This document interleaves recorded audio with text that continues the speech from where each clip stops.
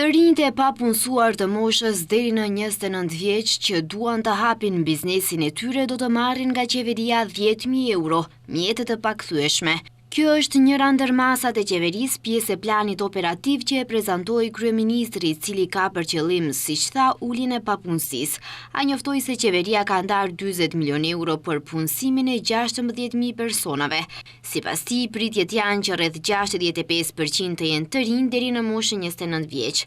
Mickoski prej që shkalla e papunësisë të ulet deri në 9%. Projektot za praktikantstvo.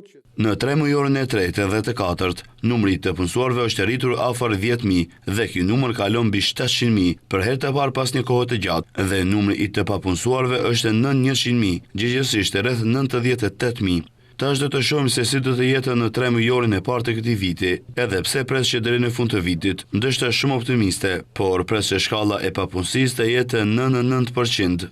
Ministri i Ekonomisë Besar Durmishi sqaron se parakush themelor për përfshirjen në ndonjërin prej masave është që personat e papunë të jenë të evidentuar si kërkues aktiv të punës në qendrat e punësimit, ndërsa shtoi se masa për mbështetje për vetpunësim si vjet është zgjeruar në 2 nën masa të reja.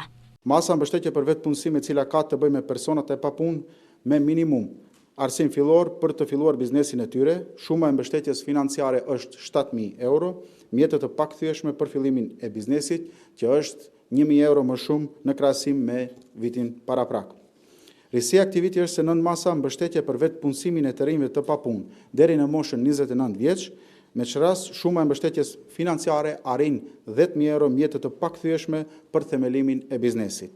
Sipas planit operativ të qeverisë për vitin 2025 është parapar punësimi gjithsej 16.057 të papunëve. Për përballje me zjarret potencojnë se do të punësohen 400 zjarfikës, të cilët do të vendosen në funksion të komunave dhe 600 punësime shtesë për punë publike dhe projekte komunale për infrastrukturë dhe ruajtjen e ambientit jetësor.